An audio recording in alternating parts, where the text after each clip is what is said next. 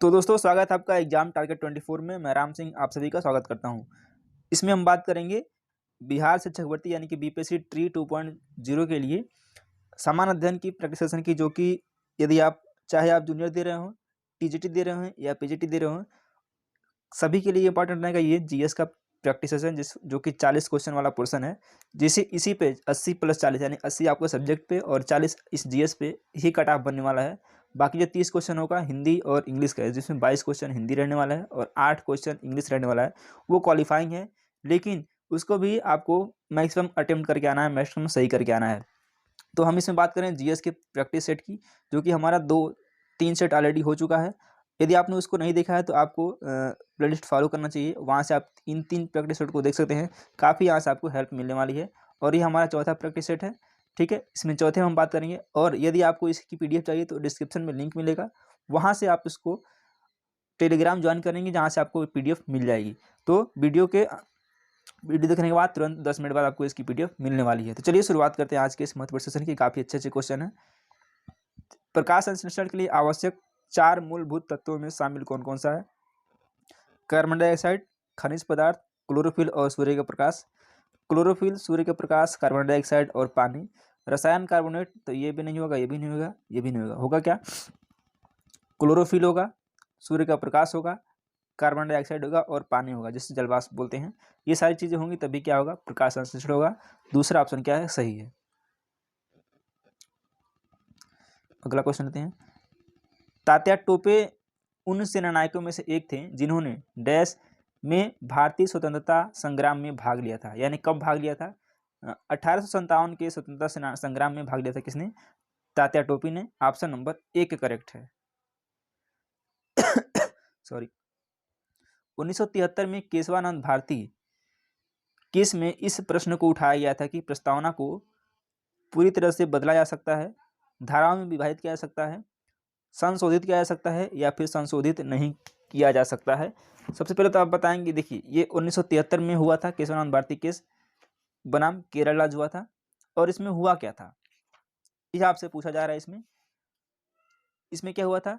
संशोधित किया जा सकता है प्रस्तावना में, ऐसा जो है इस केस में आया था निकल कर सामने। तो तीसरा ऑप्शन क्या है? बिल्कुल करेक्ट है। अगले क्वेश्चन पे आते हैं। Question number 4। सूर्य और चंद्रमा द्वारा गुरुत्वाकर्षण के माध्यम से पृथ्वी को एक ही दिशा में खींचने के कारण क्या उत्पन्न होता है? लघु ज्वार भाटा यानी कि नीप टाइड्स, बृहद ज्वार भाटा, तीसरा है ज्वार या फिर चौथा है भाटा। तो क्या उत्पन्न होता है इससे? होता है क्या? जी बिल्कुल करेक्ट, बृहद ज्वार होता है। ऑप्शन नंबर दूसरा करेक्ट हो जाएगा। चलिए, गुप्त निवेश संबंधित लिए हुए दस्तावेज जो कि पनामा पेपर्स के नाम से मशहूर है, यह किससे संबंधित है? स्पेस एक्स, सुदेशतरी जीतुंग, बाकी 2 ऑप्शन इधर इस साइड है, देख रहे हैं आप। ये रहा मोसैक फोसेंका एंड कंपनी या फिर international consortiums of investigative journalist. तो इससे क्या होगा? Mossack Fonseca and company. तीसरा ऑप्शन करेक्ट है।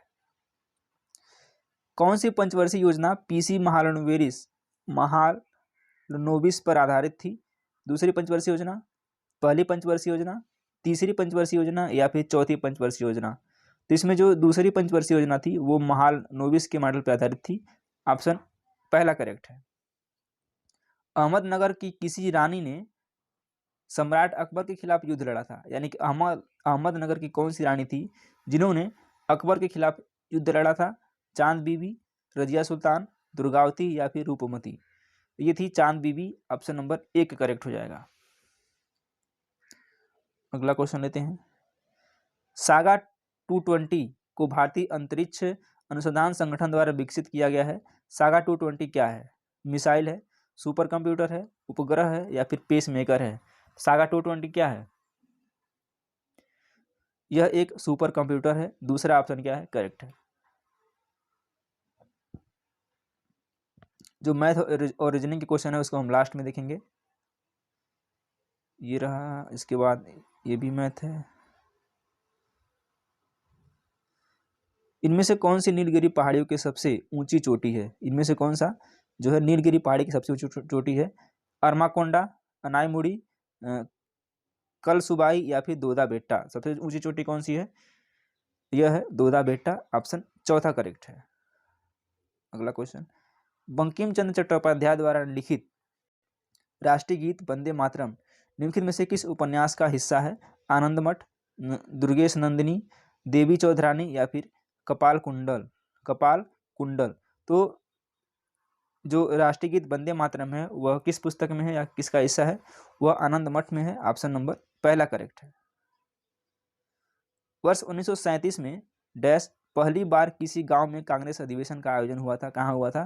फैजपुर, गोरखपुर, गया या फिर चंपारण? कब? 1937 की बात की जा रही है। और इसके अध्यक्ष कौन थे?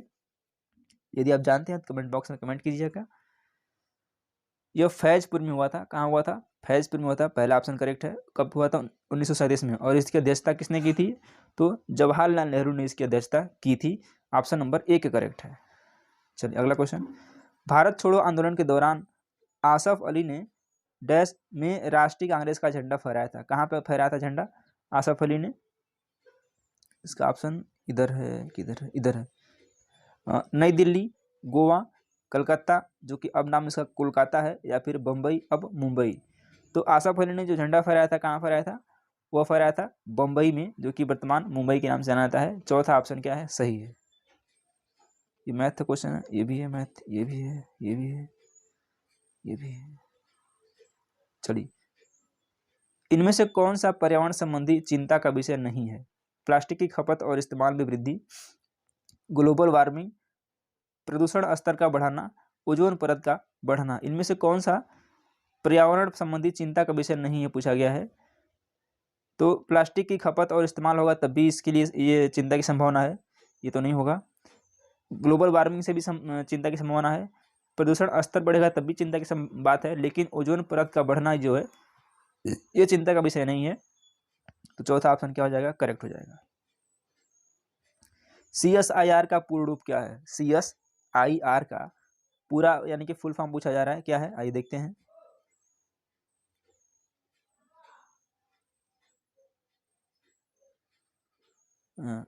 Council of scientific and industrial research, तीसरा है council of scientific and Indian research, चौथा है committee of science and iron research. इसका हो जाएगा council of scientific and industrial research, दूसरा ऑप्शन करेक्ट है। इसकी स्थापना कब हुई थी? 1942 में इसकी स्थापना हुई थी, ऑप्शन नंबर दूसरा करेक्ट है। एक ऐसी प्रजाति जो अपने निवास स्थान पर लंबे समय तक खोजे जाने के बाद भी नहीं पाई जा सकती, उसे क्या कहा जाता है? लुप्तप्राय, दुर्लभ, विलुप्त या फिर संकटग्रस्त? तो इस तरह की प्रजातियों को बोला जाता है लुप्तप्राय, ऑप्शन पहला करेक्ट है। चंद्रगुप्त प्रथम के बाद गुप्त साम्राज्य की बागडोर किसने संभाली? ब्रह्मगुप्त, श्रीगुप्त, समुद्रगुप्त या फिर शूद्रक? तो इसकी कमान जब संभाली थी किसने? समुद्रगुप्त ने संभाली थी, ऑप्शन नंबर 3 करेक्ट है। और इसका जो शासनकाल था कब से कब तक था? 335 से 380 ईस्वी तक था। किसका? समुद्रगुप्त का कार्यकाल, तीसरा ऑप्शन इसका करेक्ट है। माँ के गर्भ में बच्चा डैश के माध्यम से अपना पोषण प्राप्त करता है, यानी कि जब बच्चा माँ के गर्भ में होता है, हम सभी होते ही थे, तो उस समय जो बच्चे होते हैं वो जो भोजन अपना लेते हैं वो किसके माध्यम से लेते हैं? गर्भाशय के माध्यम से, हार्मोन्स, बीजांडसन या फिर गर्भनली के माध्यम से? तो जब बच्चे जब भी गर्भाशय में होते हैं तो जो अपना भोजन लेते हैं वो लेते हैं बीजांडसन के माध्यम से, जिसको हम प्लेसेंटा बोलते हैं। प्लेसेंटा ऑप्शन नंबर तीसरा करेक्ट है इसका। प्लेसेंटा याद रखिएगा, आसानी से याद हो जाएगा। अगला क्वेश्चन, मध्य प्रदेश में भगवान बुद्ध के सम्मान में सम्राट अशोक द्वारा बनवाया गया बौद्ध स्मारक है? सांची स्तूप, धामक स्तूप, बावी कोंडा स्तूप, महाबोधि स्तूप? क्या है यह है सांची स्तूप, काफी फेमस है, पहला ऑप्शन करेक्ट है। भारत का सबसे बड़ा नाभिकीय शक्ति केंद्र डैश स्थित है? महाबलेश्वर, तारापुर, औरंगाबाद या फिर पंचगनी? किसका पूछ रहा है? भारत का पूछ रहा है। सबसे बड़ा नाभिकीय शक्ति केंद्र यह स्थित है कहाँ पे? तारापुर। तारापुर कहाँ है? महाराष्ट्र में है, MH तारापुर महाराष्ट्र में। नीला थोथा का रासायनिक नाम क्या है? Aluminium, potassium nitrate, copper sulphate या फिर आर्गन। नीला थोथा का रासायनिक नाम पूछा जा रहा है, तो इसका रासायनिक नाम क्या है? कॉपर सल्फेट, और इसी को क्या बोलते हैं? ब्लू विट्रियल बोलते हैं। ठीक है, अगला क्वेश्चन लेते हैं। ध्वनि की तीव्रता को मापने के लिए निम्नलिखित में से किस मात्रक का उपयोग किया जाता है? डेसिबल, पास्कल, क्यूरी या फिर जूल। तो इसको नापा जाता है किसमें? डेसिबल में, ध्वनि की तीव्रता को। नेक्स्ट क्वेश्चन,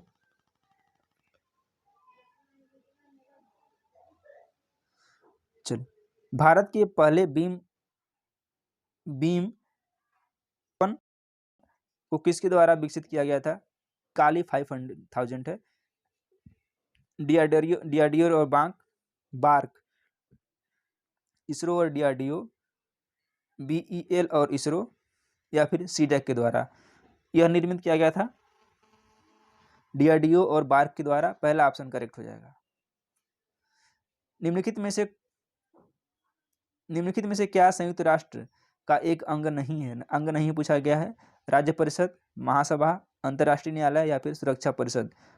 यूएन का यानी यूनाइटेड नेशंस का कौन सा इसमें से अंग या फिर सदस्य नहीं है?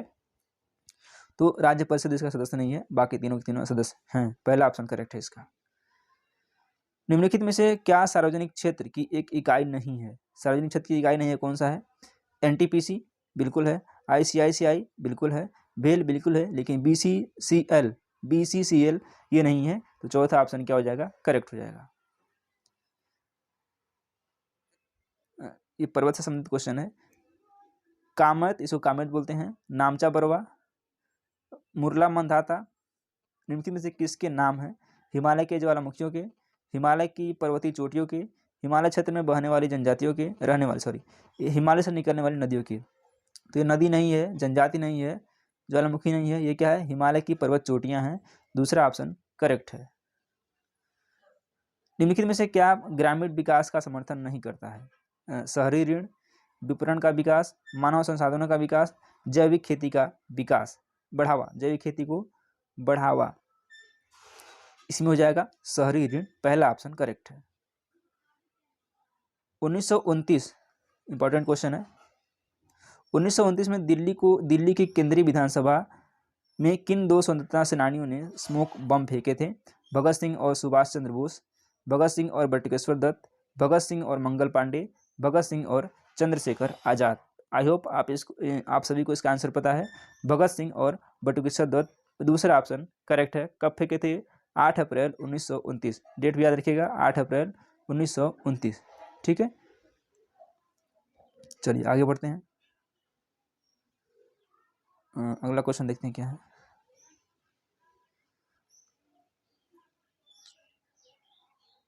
चौबीसवें जैन तीर्थंकर का नाम क्या था? गोमतेश्वर, ऋषभ, महावीर या फिर पारसनाथ। ये कौन है? ये महावीर है। ऑप्शन नंबर तीसरा करेक्ट है। जन्म कब हुआ था? 599 ईसा पूर्व। विश्व का पहला आधिकारिक एयरमेल फरवरी 1911 में डैश से भेजा गया था। कहाँ पर? इलाहाबाद नैनी, आंध्र प्रदेश से दिल्ली, इलाहाबाद आगरा या फिर हैदराबाद तिरुपति। यह भेजा गया था इलाहाबाद के नैनी में। पहला ऑप्शन करेक्ट है। चलिए इस सेशन को यहीं तक रखते हैं और उम्मीद करते हैं पसंद आएगा। पसंद वीडियो को लाइक करें और चैनल को सब्सक्राइब करें। अभी आपको 10 मिनट बाद इसकी PDF मिल जाएगी। बहुत बहुत धन्यवाद।